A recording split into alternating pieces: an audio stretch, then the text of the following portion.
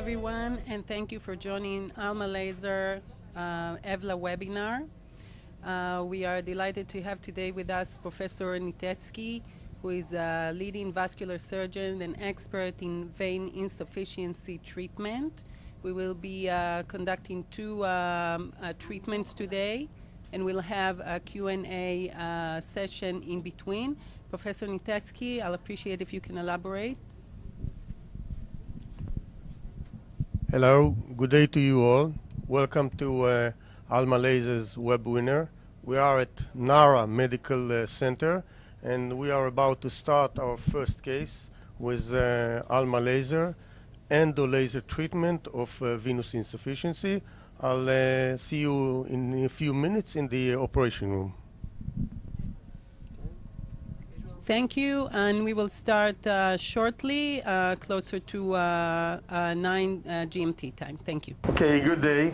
We're ready to start the first case. Beforehand, we know the patient. We did mapping of the vein with ultrasound duplex. But today, before surgery, you have to stand up the patient, look at the veins, and find the places to where you enter with your laser. So we did this already. Here's the patient lying down. It's a female with a CEAP4. And we're ready to start. You can look at the screen and see the greatest saphenous vein at the level below the knee. We're giving a little bit of local injection, anesthesia. And then we try to introduce the venflon into the greatest saphenous vein.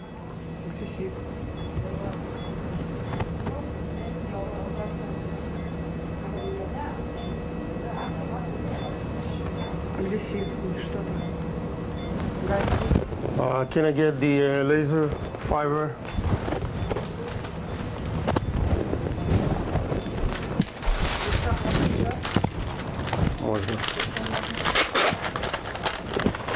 So here's the fiber.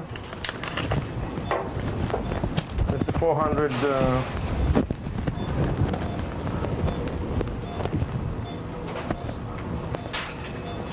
We got 400 micro and 600. We're using, for this case, the 400.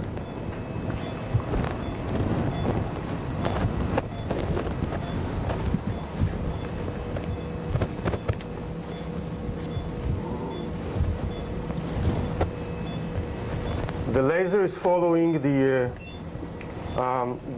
ultrasound is following the laser fiber from downward up to the saphenofemoral junction. You can see it well on the screen.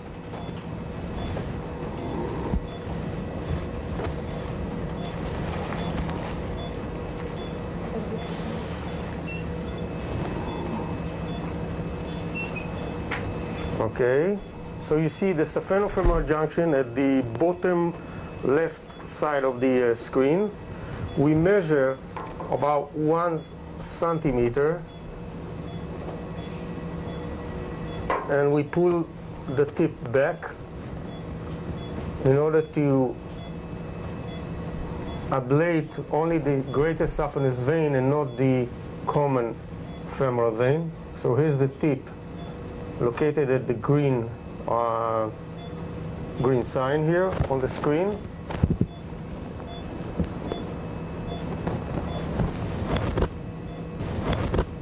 A mark.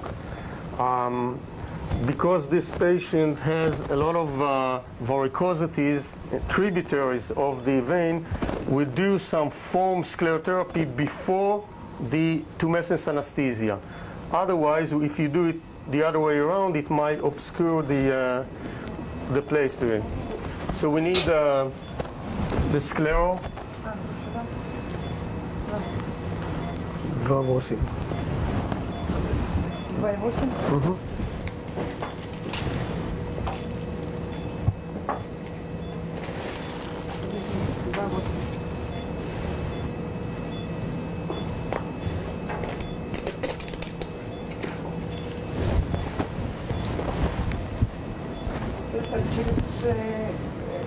С иголкой или нет? Sigoka.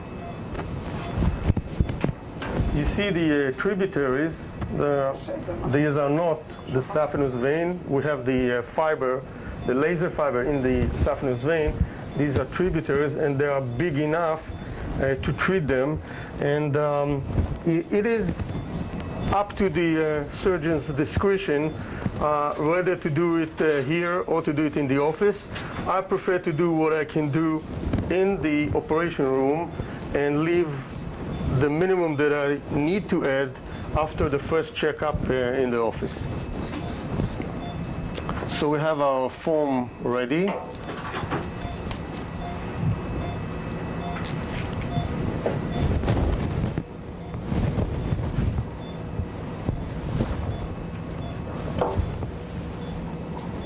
And here we go.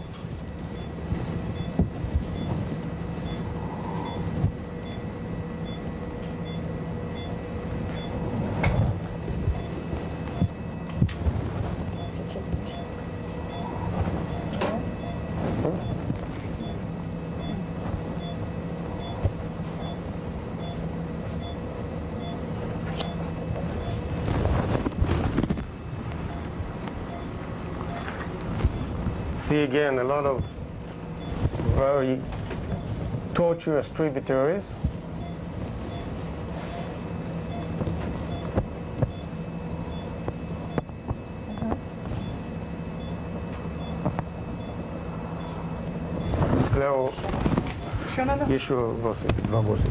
The foam really goes to all the tributaries. We have one more injection before the tumescence, and then we go to the tumescence.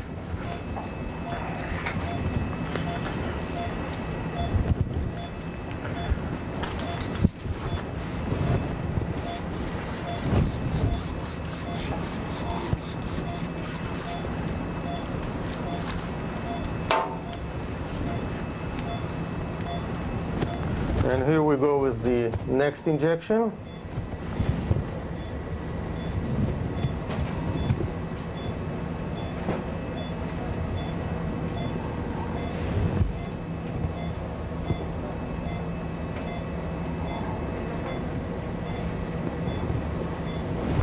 All right. So we're ready with the tumescence anesthesia. We'll go with the ultrasound from below to above. Trendelenburg, please. Trendelenburg position. Okay.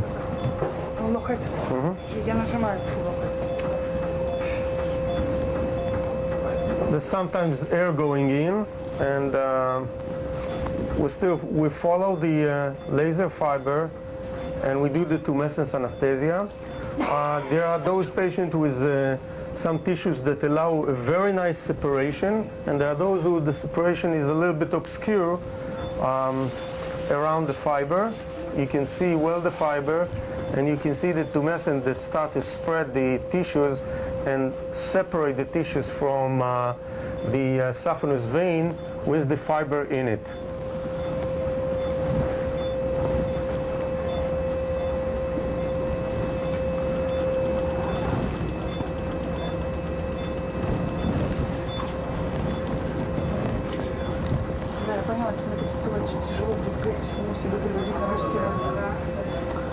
Анестезия сказала. Тяжело на русском языке, я не забываю, на английском безвольно решение. Тихо, тихо, тихо, тихо. Он тихо.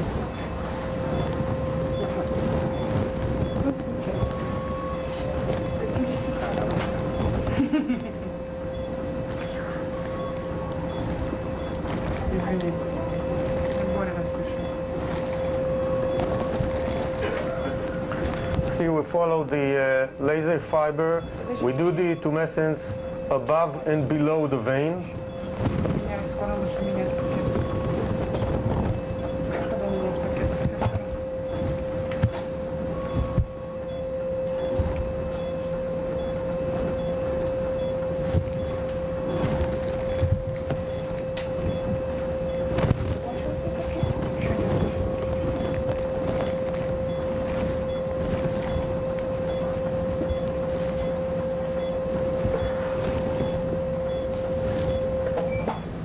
профессор моя.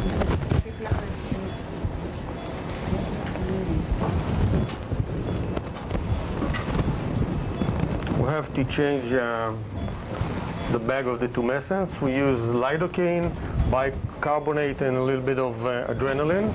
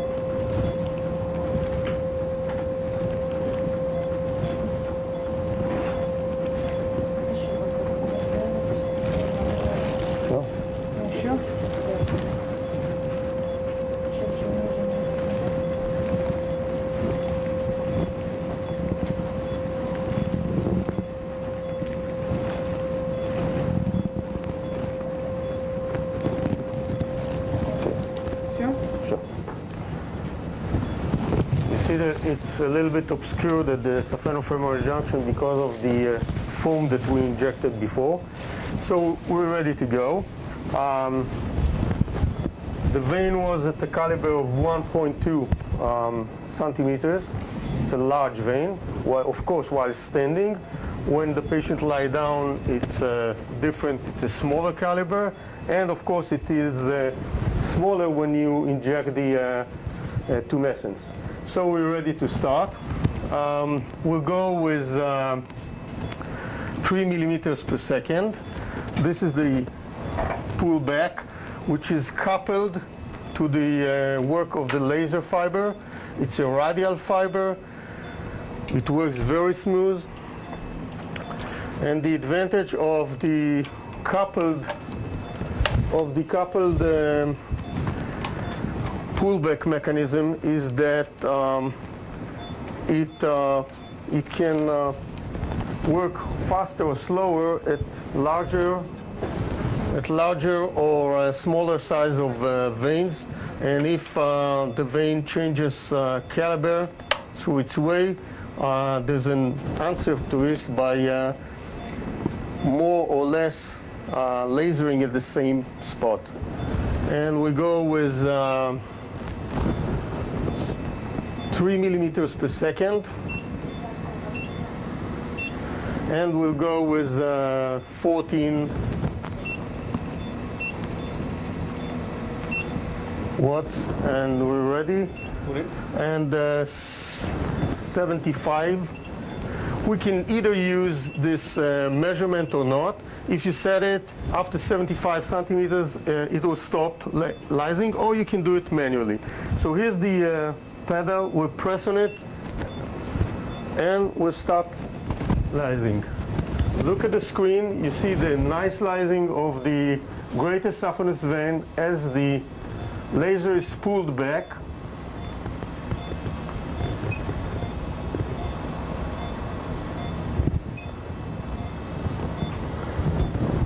Now I have two free hands, and basically I can do either mini phlebectomy if this is what I elect to do, or or do the foam sclerotherapy now. In this case, we did the foam sclerotherapy before because the tuberosity was very close to the saphenous vein, and once you do the tumescence, as you can see here, you don't see the tributaries anymore. So if you do this, you will have to do it in the office.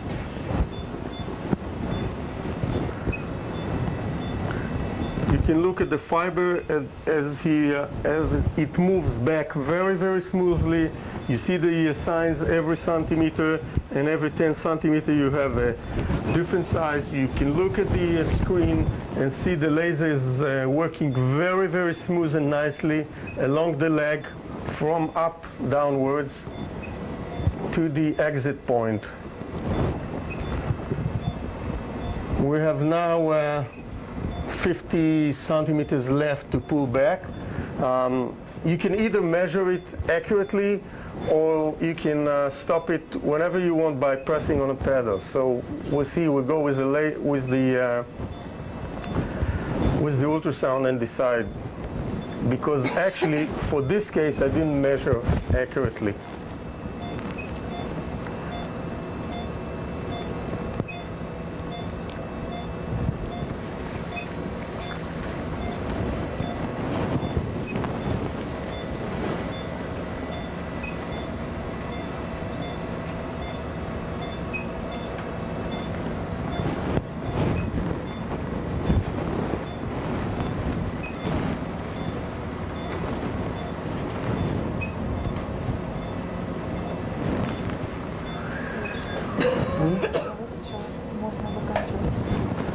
That's it, we stopped it, and we take it out. What's left, you can see it's at the end of it. What we usually do, we can add injection of foam sclerotherapy if you need at the very end of it. We don't need in this case, so we just take the ventral out, put a tip of a plaster here, scrub the leg, and then put on the elastic stocking, and that's it. Okay, I'm ready to answer some questions. So we have a question about if the target vein is quite tortuous, and after the entry there's a difficulty to navigate to this SF. What are you doing usually? Okay, for tortuosity, what one can do is try and manipulate the catheter by pressing on the calf muscles or on the thigh as you go in, and try to pull back and push a little bit. Don't push too hard, and try to navigate through the vein. If you succeed, wonderful. If you don't succeed, as the previous case that I showed you, you can go and puncture in a different place, and you can have you can lyse the vein by segments. Of course, it's more elegant and quicker to do it in one entry point. But if you cannot manipulate a tortuous vein, then you need to go from a different entry site. Thank you. We have another question about what is your protocol at the post-operative care? Post-operative care protocol is, again, it's different. It's by your discretion. I can give you my protocol. My protocol is, first, I call up every patient that I operate this evening or the evening of the surgery. I'm going to call the patient to ask him how he's doing and so forth. Then I ask to see the patient a week later to go with the ultrasound and see if there are some large veins with trapped blood, in order to puncture them with a needle and take out some trapped blood, because this is what causes the patient some pain. What I usually suggest is, number one, after surgery, walk a lot. You need to activate the calf muscles. So for the next week, the patient are requested for standing to kind of tiptoe or walk in a place, and for sitting to activate the calf muscles as if they were pedaling. We supply the patient with anti-pain medicine such as Nurofen, Itopan, some non-steroidal anti-inflammatory. And next time that we see the patient is 1 month after the surgery, and I particularly would like to see them 3 months, half a year, and a year later, in order to check for recanalization. I do it on each and every patient, and when I see recanalization, I do add foam sclerotherapy. Also, if there are some tributaries that are left untreated at the operation, you can do it at the outpatient clinic. Again, it's up to you to decide if you do all at once at the surgery, or you do only the great saphenous vein or lesser saphenous vein in surgery and then treat the tributaries outside at your office. Actually, there another question popped up about the recurrence rate of vaccinalization. Again, when you talk about stripping, with stripping we have neo-revascularization. This is especially around the greater saphenous vein due to cuts and dissection. When you talk about EVLA, then what you see is recanalization. Recanalization can occur in either very, very large veins, but mainly due to less than needed energy that you did during surgery, that the ablation procedure had less lead than needed. Generally in all the papers, it runs somewhere between 8 and 12% recurrence, which is basically a recanalization. I stand along with this, with the literature. It runs with me about 9% that I see, especially with very, very large veins. And with this technique, I'm not hesitating to treat even 16 millimeter veins. Exactly. Another question popping up about it. Can we have propagation of thrombus into larger vein? Basically, I don't know, we don't really call it thrombus. It is kind of E-hit, basically. This is the term you refer to it.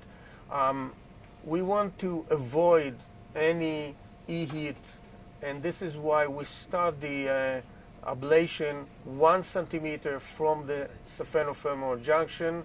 There are those who start at 15 millimeters from the saphenofemoral junction, never start at the saphenofemoral junction, otherwise you might cause some E-hit in the common femoral vein. We just have a lot of thanks. Thank you very much. Thank you for being with us. I hope this little webinar helped you in your practice, and I hope to see you along the line then. Thanks.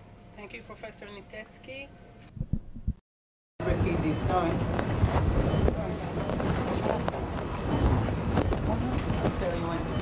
Okay, Just repeat maybe the 10 intro. seconds. Okay. Okay, good day. We're ready to start the first case. Beforehand, we know the patient. We did mapping of the vein with ultrasound duplex. But today, before surgery, you have to stand up the patient, look at the veins, and find the places to where you enter with your laser. So we did this already. Here's the patient lying down. It's a female with a CEAP4. And we're ready to start. You can look at the screen and see the greatest saphenous vein at the level below the knee. We're giving a little bit of local injection, anesthesia. And then we try to introduce the venflon into the greatest saphenous vein.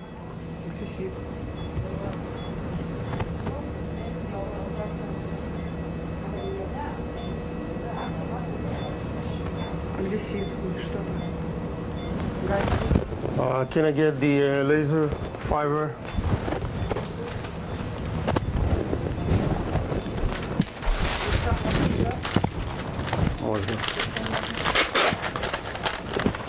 So here's the fiber. It's 400.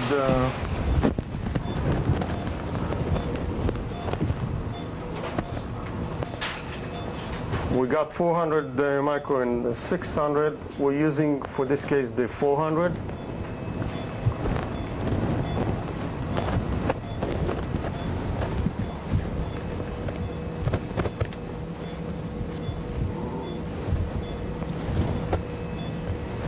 The laser is following the ultrasound is following the laser fiber from downward up to the saphenofemoral junction. You can see it well on the screen.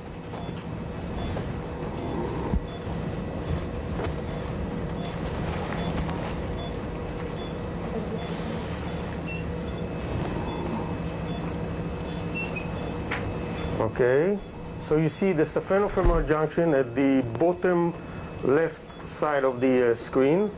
We measure about 1 centimeter and we pull the tip back in order to ablate only the greater saphenous vein and not the common femoral vein. So here's the tip located at the green sign here on the screen.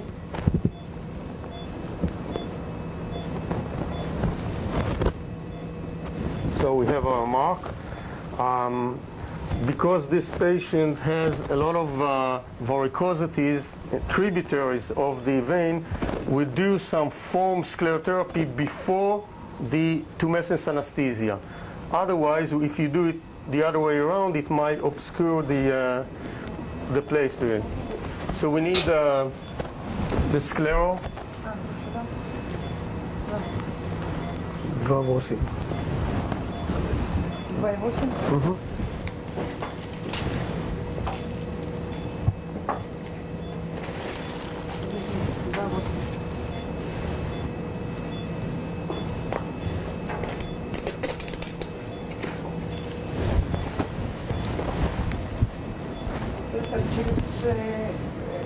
С иголкой или нет? С иголкой. You see the tributaries. These are not the saphenous vein. We have the fiber, the laser fiber in the saphenous vein. These are tributaries, and they are big enough to treat them. And it is up to the surgeon's discretion whether to do it here or to do it in the office. I prefer to do what I can do in the operation room and leave the minimum that I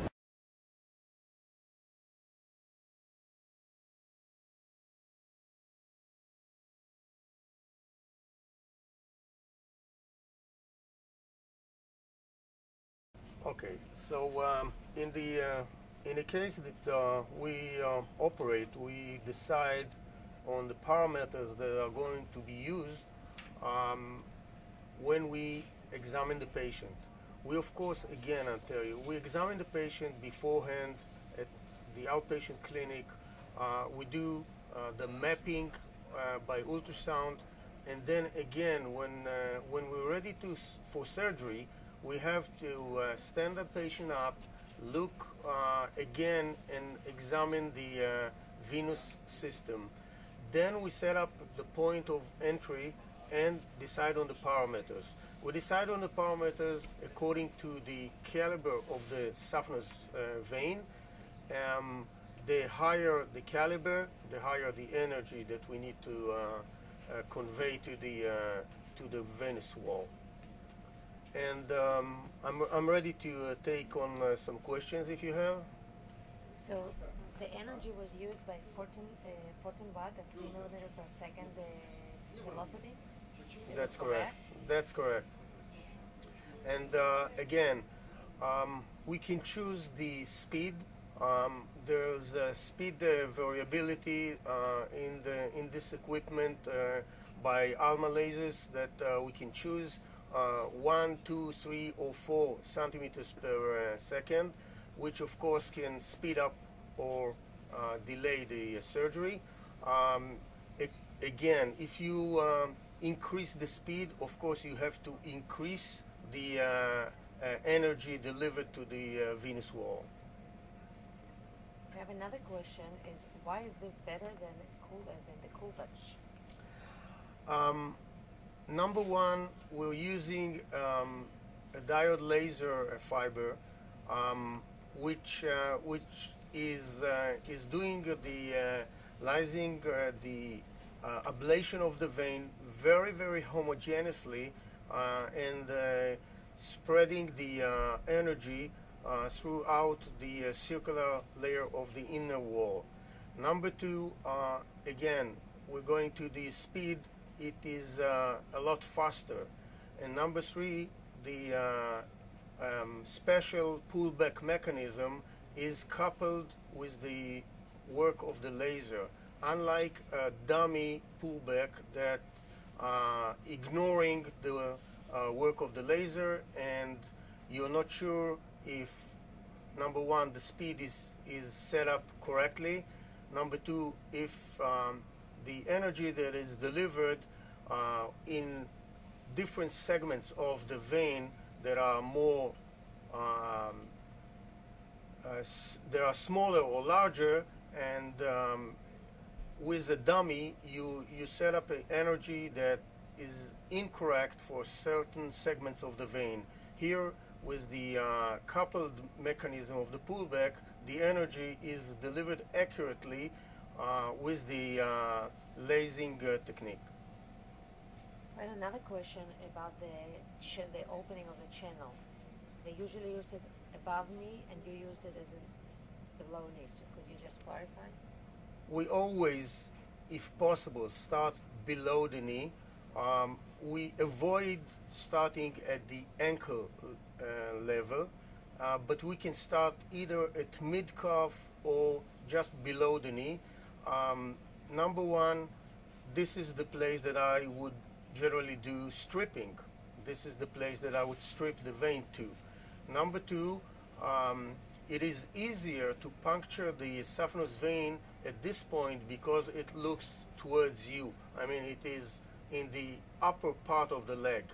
If you go to the above knee level, then you have to tilt the bed or start working when you are tilted, because the saphenous vein is more on the inner side of the thigh rather than the upper side of the leg. We have another question about how is the result compared to Biolitech? The result is wonderful. I would not like to go into comparing different systems and different companies. The results are wonderful because this technique allows homogeneous work, and the pullback mechanism is coupled to the work of the diode laser. We have just another parameter about the size of the venous access catheter and the size of actually the vein. We're using, in this case, we use the 400 laser fiber, and this fiber goes very easily through a gray or even a green venflon. And if you're using the 600, then you need either the green or a larger than this venflon to allow introduction. Of course, you can also use the micro-puncture system, which is more expensive, but it allows to introduce a larger fiber. Okay, thank you very much. I have one more question, please. You were asked, why did you choose to use a higher energy? I know some physicians, at least this particular physician is using a lower watt, so what is your general rule, or how do you choose the energy? As I said, I choose the energy according to the size of the vein, the caliber of the vein. We have different speeds and different energy sets for different calibers of the vein. The larger the caliber, the larger the energy you want to convey to the inner wall. The thing is that, according to my experience, it's better to go on the higher energy, not too much energy. Of course, we don't want to burn the leg out, but we need to be more with higher energy than with lower energy, because the lower energy, after follow-up visit, you can see some recanalization, and we don't want to do this. Thank you very much. Well,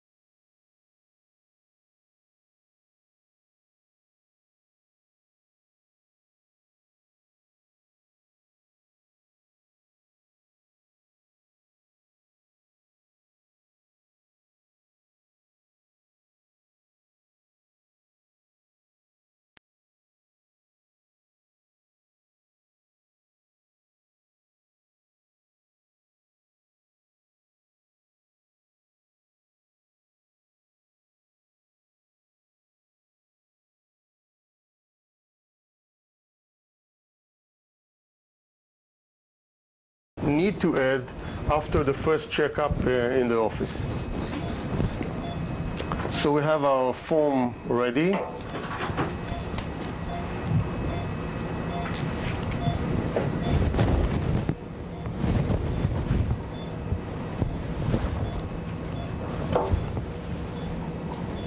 And here we go.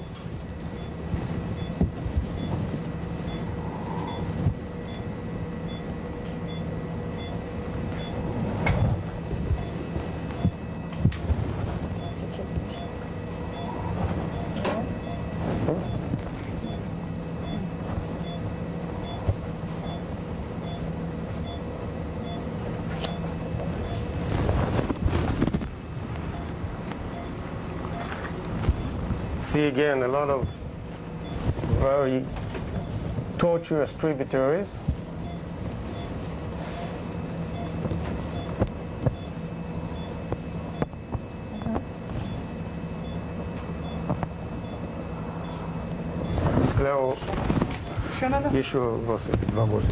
The foam really goes to all the tributaries. We have one more injection before the tumescence, and then we go to the tumescence.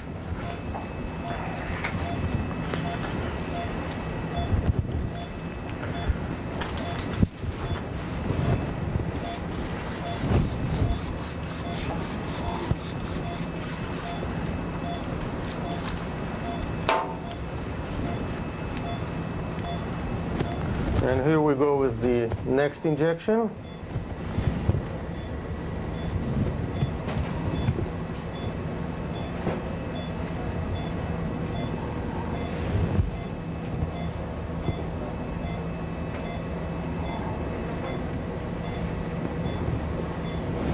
All right.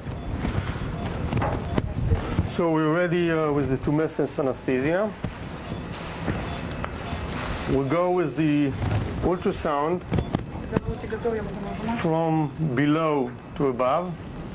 Trendelenburg, please. Trendelenburg position. Okay. Локоть. Я нажимаю локоть.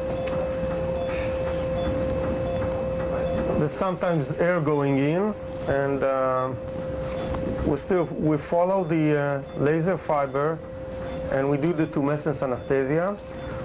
There are those patients with some tissues that allow a very nice separation, and there are those who the separation is a little bit obscure around the fiber. You can see well the fiber, and you can see the tumescent that start to spread the tissues and separate the tissues from the saphenous vein with the fiber in it.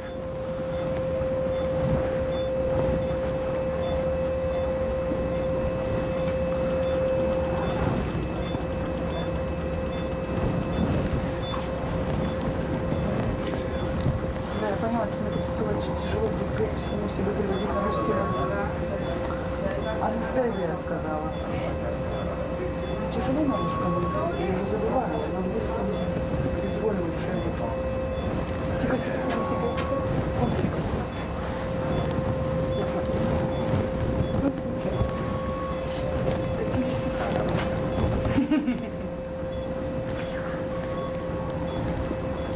Извини.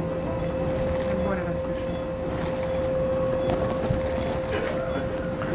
See, we follow the laser fiber. We do the tumescence above and below the vein.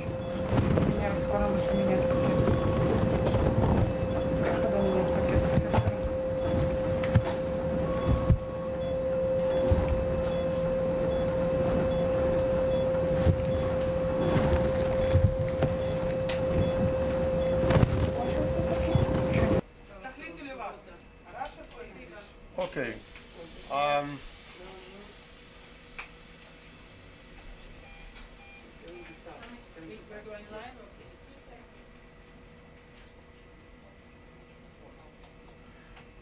Hello again. We're ready to start this second case. It's a live case. We start, unlike the previous case, you can see the patient standing up, and we start with looking at the venous system by the ultrasound, you see a large great esophagus vein.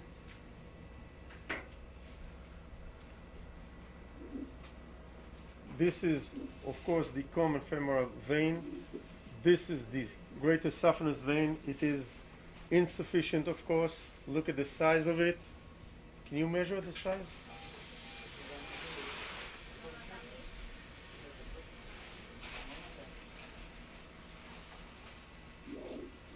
Again, insufficiency.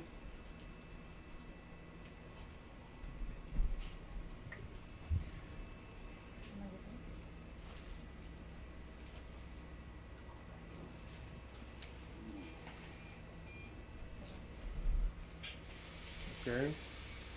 We're going down with the knee level. It's 4 millimeters in the knee level. Look at the huge veins here. There are 2 layers of veins, or 2 stages.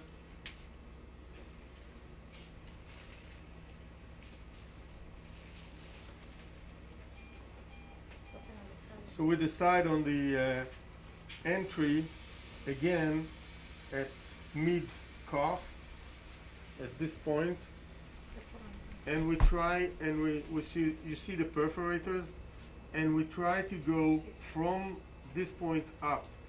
If because of tortuosity the fiber will not go all the way, we chose another site of entry at the knee level.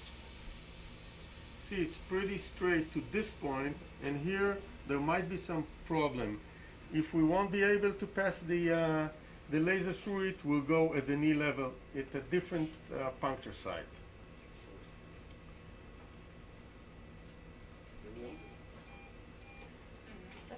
Okay, now the patient will lie down.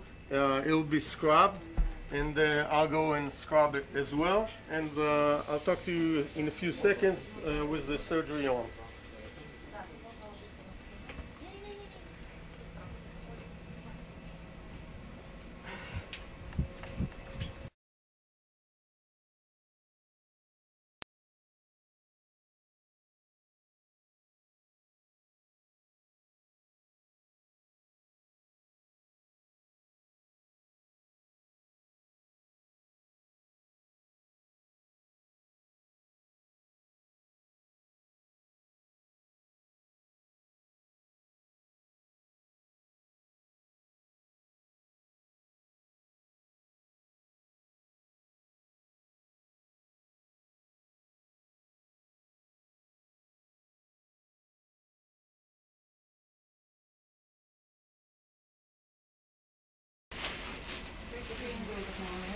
Okay, we're now live in 5 seconds.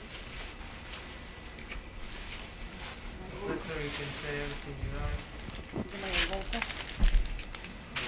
Okay. So here we are, we're ready to start. The patient is lying in a Fowler position. So the leg is below the heart, and the vein will increase in size because it's full of blood.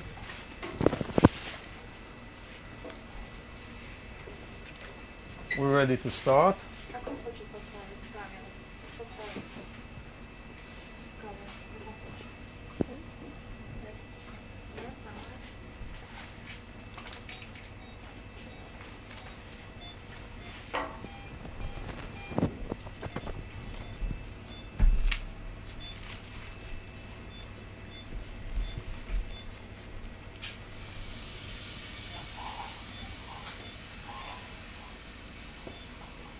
Okay. Local injection.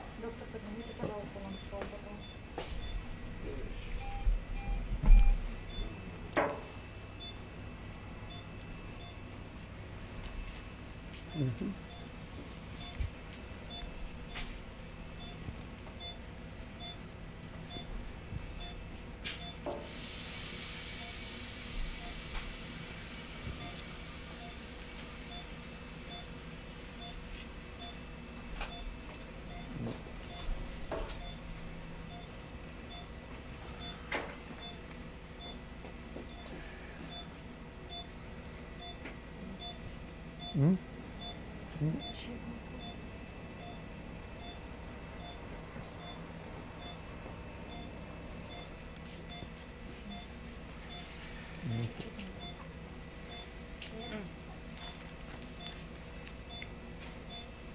I need the fiber.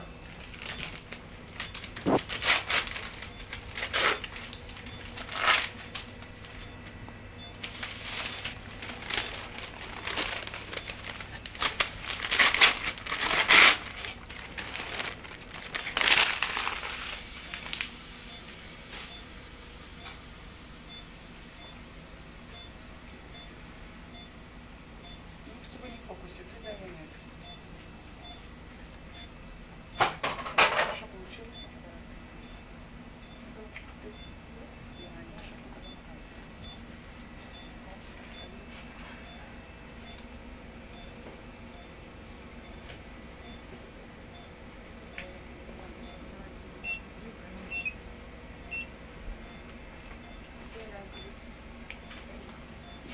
Okay.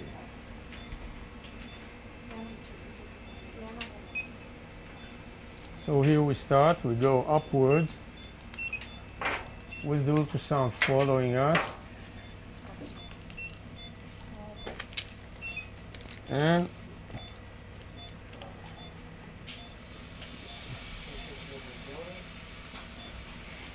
we could move all the way up.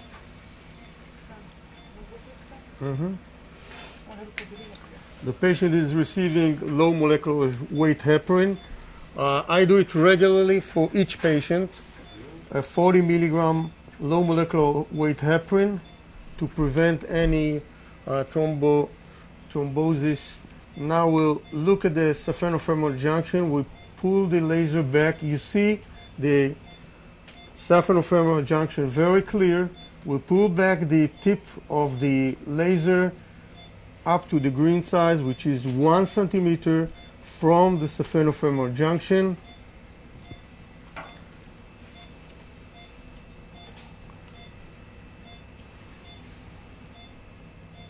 Again.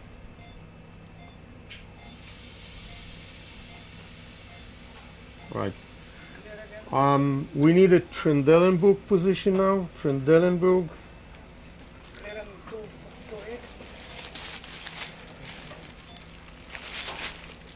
And we'll do the Tumescent Anesthesia.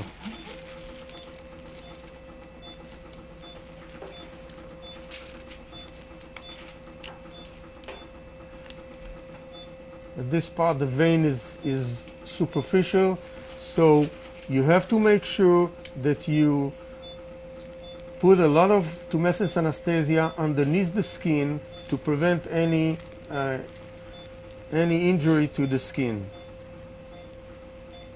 And number 2, you push your laser fiber downwards. You can see it right now.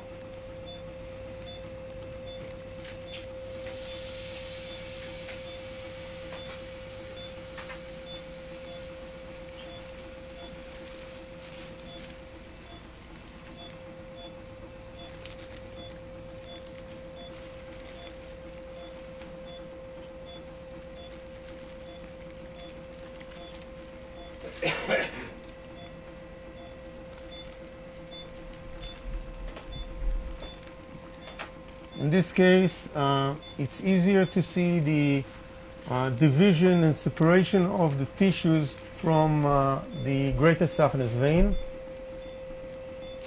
Again, it depends on the patient tissues. There are some that are more clearly seen, and there are those who you can see it less prominent.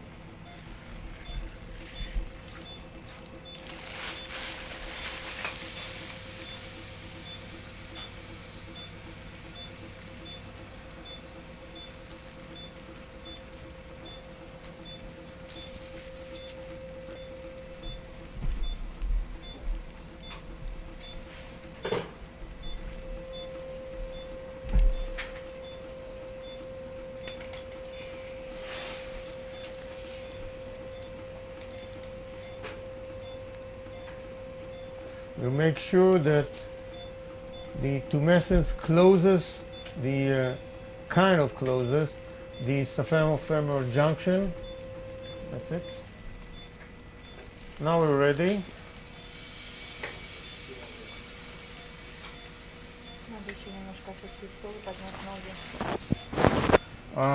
We need a Trendelenburg position.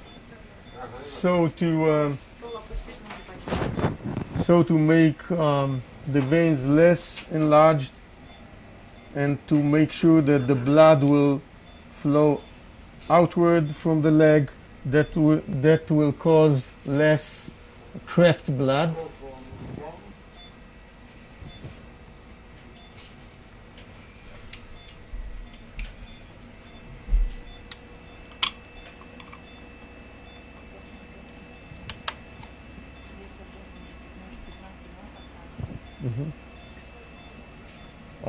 We'll go to 15. We'll leave it at 3 and 70 centimeters.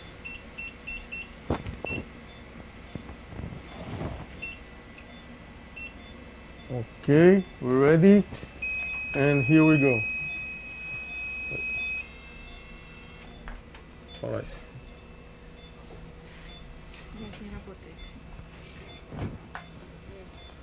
We started. You can see the screen. The laser pulls back very nicely. Again, there's a homogeneous ablation of the saphenous vein. You can see it very, very clear that the vein is ablated smoothly. If you use too much energy or larger than needed, you see the veins start to become tortuous rather than be lysed straight. And if you use too less energy and your tumescence was not good enough, then you can see that the vein still is enlarged even though you passed the laser through it. But if you use good tumescence anesthesia and less than needed energy, then you can see a picture like you see now on the screen, but on your follow-up, you see that some of it is recanalized. This is, again, I'm going for higher energy. There's a discrepancy in the literature of the lead that you need to really work with veins, and the average runs between 50 and 120 joules per second, which is the 120 is a lot higher than what I'm using here, but again, it's at the surgeon's discretion, and everybody has his experience. As I told you before, my experience is to work with a little bit higher energy. If you do a good tumescence anesthesia, the patient will not have any problems after this, and no tissue damage surrounding the saphenous vein. Я спустилась здесь совсем низко. Может быть, остановимся здесь и сделаем укольчик. Сколько брать? 2.8. At this particular patient, you can see that the puncture site is at the mid-calf. I will not lyse up to the mid-calf. I will stop at the upper third of the calf, as I did before. Like now, I stopped it. Okay. If you look at it, you see that it doesn't move anymore because I pressed on the pedal and it stopped lysing. Now I'll take it out, the laser, and what I'm going to do, you see the blood is coming out because this little part that is left from where I lysed to the mid-calf is not ablated. But I will not ablate it, and I will add foam sclerotherapy here through the venflon. The reason I'm doing this is because if you lyse to this region below the upper third of the calf, you might injure the saphenous nerve. Although we do tumescence anesthesia, if you look at literature, if you either either strip, as we do it with stripping, or if you lyse the vein lower than needed, you might have a 40% chance of injuring the saphenous nerve.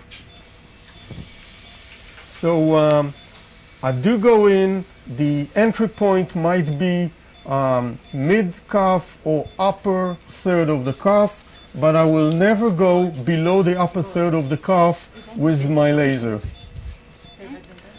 Now we add the sclerotherapy for the tributaries that you've seen before.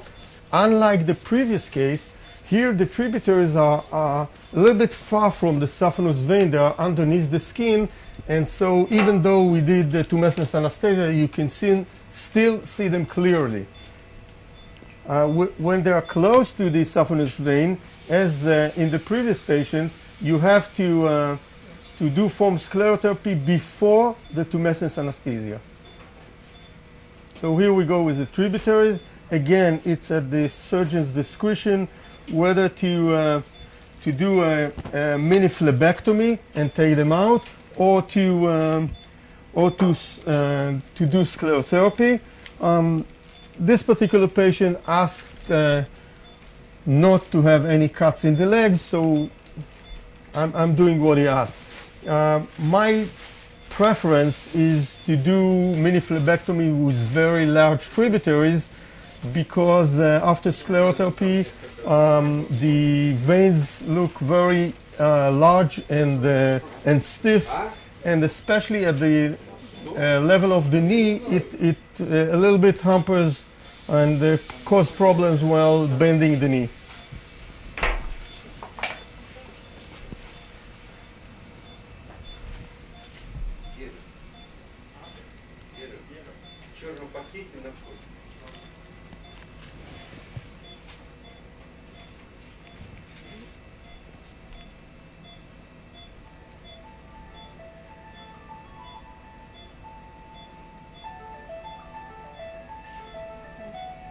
If you see me now tilting, this is what I tried to explain to you before, that when you do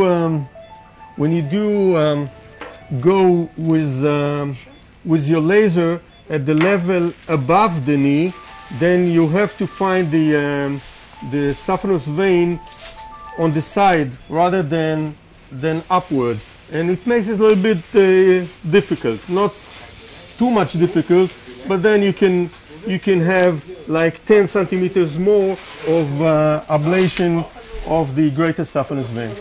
So we're done, and you can hear in the background that the patient is talking, and he's awake. This is only with tumescence and local anesthesia. We're done with this case. Thank you.